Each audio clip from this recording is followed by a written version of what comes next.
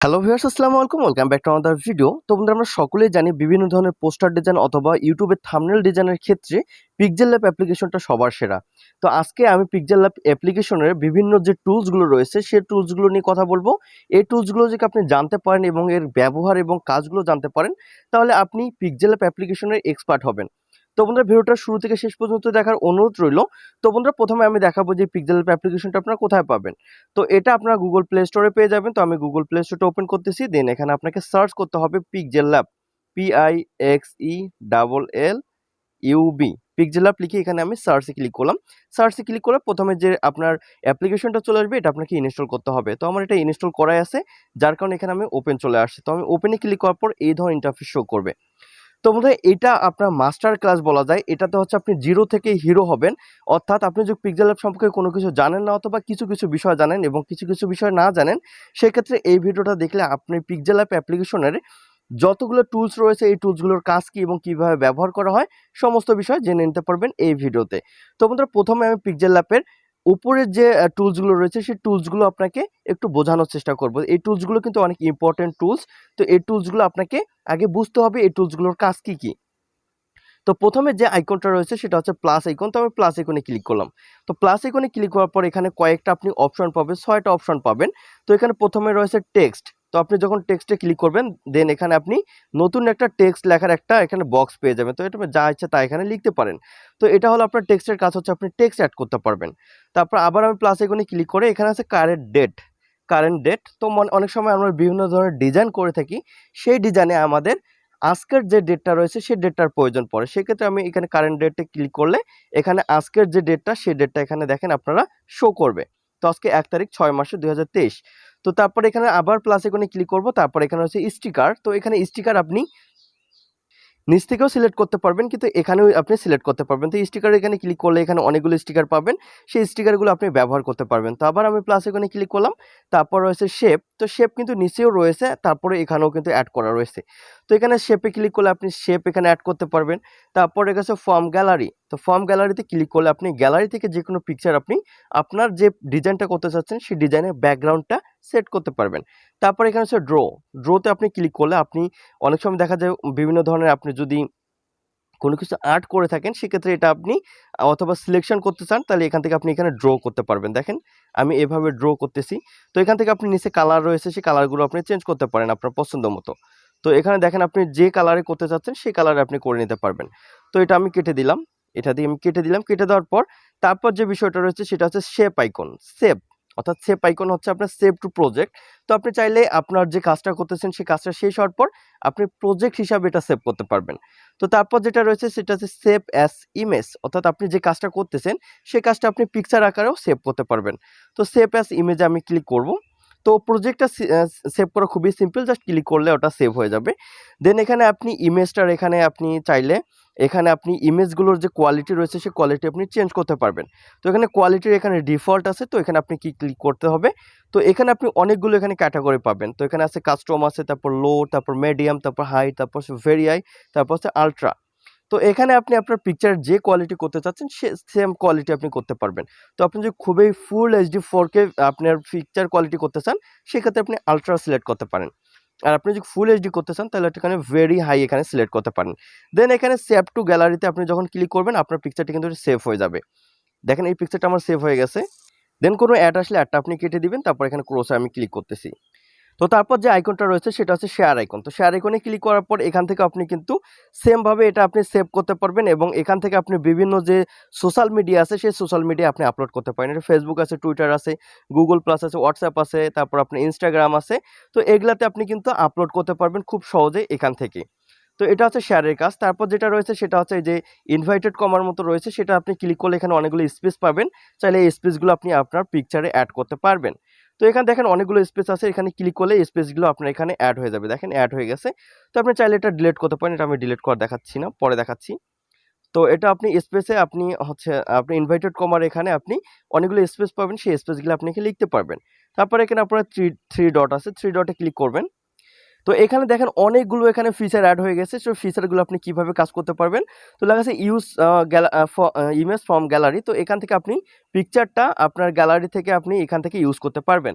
তারপর এখানে হচ্ছে ফুল স্ক্রিন। তো ফুল স্ক্রিন যখন আপনি করবেন, দেখেন আমি ফুল স্ক্রিন করে দেখাচ্ছি। দেখেন এখানে কিন্তু কোনো যে উপরের যে আপনার যে আইকনগুলো রয়েছে সে কোনো ধরনের আইকন নাই। সিম্পলি আমরা যেগুলোর কাজ করব ঠিক সেম আপনার ফুল স্ক্রিন হয়ে গেছে। আবার আপনি মিনিমাইজ করলে এখানে ক্লিক করলে মিনিমাইজ হয়ে যাবে। তো এখান থেকে আপনার এক্সপোর্ট ইমেজ আছে, এক্সপোর্ট ইমেজটা যেখানে ক্লিক করবেন সেটা থেকে আপনি এক্সপোর্ট ইমেজটা করতে পারবেন, অর্থাৎ আপনার ইমেজটা সেভ করতে পারবেন। তারপর আছে ইমেজ সাইজ। ইমেজ সাইজ আপনার নিচেও আছে, আবার এখানেও রয়েছে। ইমেজ সাইজে ক্লিক করলে আপনি আপনার ইমেজের সাইজটা ক্লিয়ার করতে পারবেন। তো সাপোজ আপনি যদি আপনার আমি ইমেজ সাইজে ক্লিক করতেছি, ক্লিক করে আপনাকে দেখাচ্ছি। এখানে কাস্টমভাবে সিলেক্ট করা রয়েছে। দেন এখানে আপনি ক্লিক করলে দেখেন এখানে অনেকগুলো আপনি ইমেজ সাইজ পেয়ে যাবেন। তো আপনি যদি আপনার ইউটিউব থাম্বনেল তৈরি করতে চান তাহলে ইউটিউব থাম্বনেল এখানে সিলেক্ট করে দেন এখানে ওকেতে ক্লিক করতে হবে। দেখেন আপনার ইউটিউবের যে সাইজটা রয়েছে সেই সাইজটা এখানে চলে আসছে। দেন আবার 3 ডটে ক্লিক করব। তারপর এখানে কন্ট্রাক্টস আছে, যারা অ্যাপ্লিকেশনটা তৈরি করছে তাদের এখানে কন্ট্রাক্টস আছে। তারপর টিউটোরিয়াল আছে, টিউটোরিয়ালে ক্লিক করলে এই ধরনের টিউটোরিয়াল আপনি অনেক পেয়ে যাবেন এই অ্যাপসের আন্ডারে।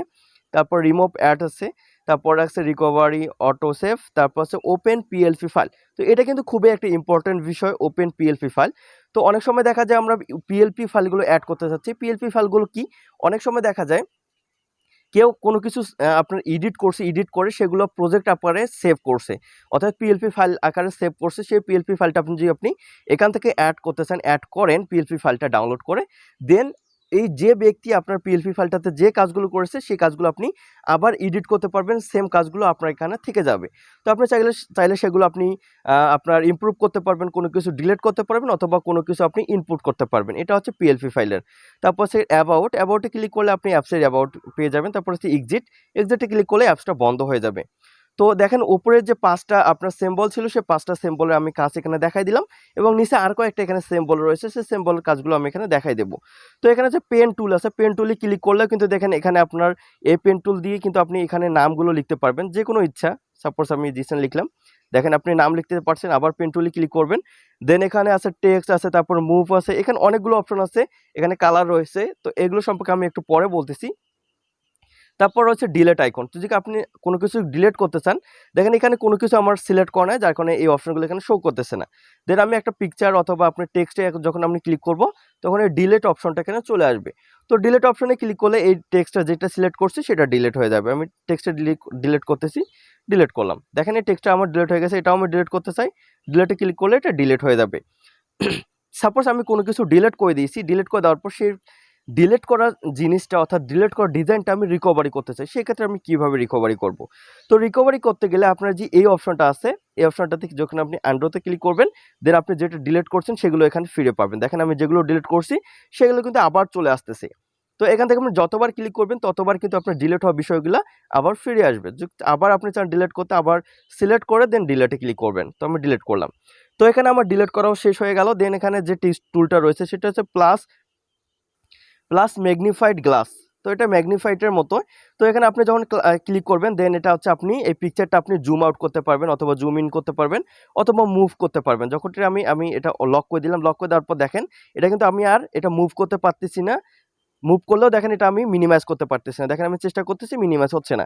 দেন আবার আমি প্লাস আইকনে ক্লিক করে এটা খুব সহজেই খুব ইজিলি ভাবে এটা আমি মুভ করতে পারবো, অথবা ছোট বড় করতে পারতেছি। দেন এটা আমি অফ করে রাখবো, অফ করে রাখলাম। রাখার পর তারপর যে বিষয়টা রয়েছে সেটা হচ্ছে বর্ডার। তো এটা বর্ডারের কাজটা কি, অনেক সময় আমরা ডিজাইন করে থাকি, ডিজাইন করার ক্ষেত্রে আমাদের যে থাম্বনেল অথবা বিভিন্ন ডিজাইনের কোনটা আমাদের মাঝ স্থল অথবা কোনটা আমাদের সাইড পয়েন্ট সেটা আমরা বুঝতে পারি না। তো সাপোজ আপনাকে একটু দেখানোর জন্য দেখাচ্ছি আমি। তো এটা আমি যে কোনো একটা শেপ আমি যদি এখানে অ্যাড করতে চাই, তো শেপে ক্লিক করব। শেপে ক্লিক করলে এখান থেকে আমি একটা রাউন্ড শেপ নিব। দেখেন রাউন্ড শেপ নিলাম, নেওয়ার পর দেখেন এটা যদি আমি সাপোজ আমার এটা ম্যাগনিফাইড গ্লাসটা নাই, তো এখন কি আমি এখানে বুঝতে পারবো যে আসলে আমার এটা মিডল কোনটা। আমি যদি এখানে মাঝখানে এখানে বসাই দিই, সাপোজ এটা যদি আমি একটা জাতীয় পতাকা তৈরি করে থাকি, তাহলে সেক্ষেত্রে আমি কিভাবে তৈরি করব। তো প্রথমে আমাদেরকে হচ্ছে ব্যাকগ্রাউন্ডটাকে সিলেক্ট করতে হবে। তো ব্যাকগ্রাউন্ডটা আমি কিভাবে করব, ব্যাকগ্রাউন্ডটা এখানে এটা আমি পরে দেখাচ্ছি। তারপরে আমি আপনাকে জাস্ট সিম্পলি দেখাবো যে আসলে এটা আপনারা কিভাবে করবেন। তারপর এখানে ক্লিক করব। দেন এখানে ইমেজ আছে, তো ইমেজের পরে এখানে কালার রয়েছে। তো আমি আপনাদেরকে দেখানোর জন্য জাস্ট এখানে প্লাস আইকনে ক্লিক করে আমি যে কোনো একটা এখানে কালার অ্যাড করে নিব। নেওয়ার পর এখান থেকে আমি এই কালার সাপোজ অ্যাড করে নিলাম। তারপরে এই বৃত্তটা রয়েছে সেই বৃত্তটা আমি এখন রেড কালার দেব। রেড কালার কিভাবে দেব? তো এখানে এই যে কালার রয়েছে সেই কালারে এখানে এসে সরি এখানে আমার এটা চলে গেছি। তো এখানে আমার বৃত্তটা এখানে আমি সিলেক্ট করব। সিলেক্ট করার পর দেন এখানে আমাকে এই যে এটাতে আসতে হবে। আসার পর এখানে আপনি এই যে এখানে কালার পাবেন, সেই কালারে ক্লিক করে এটা কালারটা অ্যাড করে দেওয়ার পর দেখেন এটা কিন্তু আপনার কালারটা হয়ে গেছে। তো এখন এটা যে মেডেল কোনটা সেটা আপনি কিন্তু বুঝতে পারতেছেন না। তো আপনি যদি এখানে ক্লিক করেন দেন এখানে আপনি দেখতে পারবেন যে আসলে আপনার পিকচারের মেডেলটা কোথায়। দেখেন এখানে অনেকগুলো আছে। তো এখান থেকে আপনি আপনার মেডেলটা এখানে খুঁজে বের করতে পারবেন। এটা দেখেন আমার মেডেল কিন্তু হয়ে গেছে। এই যে এখন কিন্তু মেডেল হয়ে গেছে। দেন এখন হচ্ছে আবার এখানে ক্লিক করলে আমি এটা দেখেন মেডেলে কিন্তু এটা বসে গেছে, আমার পতাকাটা কমপ্লিট হয়ে গেছে। ঠিক এই সেম ভাবেই কিন্তু আপনি এটা মেডেল করে নিতে পারবেন। আপনার মেডেল চাইলে আপনি এখানে সিটিং রয়েছে, আপনি চাইলে এখানে মেডেল আরো বাড়াইতে পারবেন অথবা কমাইতে পারবেন অথবা এগুলো আপনি এডিট করতে পারবেন। তো এটা আমি অ্যাডভান্স লেভেলে পরে দেখাই দিচ্ছি। তো তারপর যেটা রয়েছে সেটা হচ্ছে এই যে শেপ, সরি এটা রয়েছে লেয়ার। তো আমরা যারা ফটোশপে কাজ করি তারা কিন্তু এই লেয়ারের সাথে খুবই পরিচিত, কারণ আমাদের ফটোশপে যে কাজগুলো আমরা করি সেই কাজগুলো করার সময় আমাদের প্রত্যেকটা কাজের ক্ষেত্রে একটা একটা করে লেয়ার তৈরি হয়। এই লেয়ারগুলো আমরা বিভিন্ন কাজে ব্যবহার করতে পারি। তো এটা আমি টেক্সটটা ডিলিট করে দিচ্ছি। তো এখানে আমি দেখেন আমি সাপোজ যদি এখানে আমি কোনো এখানে টেক্সট অ্যাড লিখি, সাপোজ আমি টেক্সট লিখলাম বাংলাদেশ লিখবো আমি এখানে BANG বাংলাদেশ লেখার পর এখানে আমি ওকেতে ক্লিক করব। সাপোজ ওকেতে ক্লিক করব।